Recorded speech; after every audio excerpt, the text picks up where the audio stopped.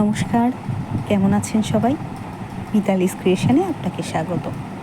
যে পঞ্চুটা বানাচ্ছিলাম সেটা বোনাটা পুরো কমপ্লিট হয়ে গেছে। এ দেখুন, এই যে এই রকম গলাটা করেছি। আর এখানটা একটা টিপ বোতাম বসিয়ে দেব, টিপ বোতাম বসিয়ে দেবো। আর ওপরটা এরকম একটা বোতাম বসাবো, দেখতে বেশ ভালো লাগবে।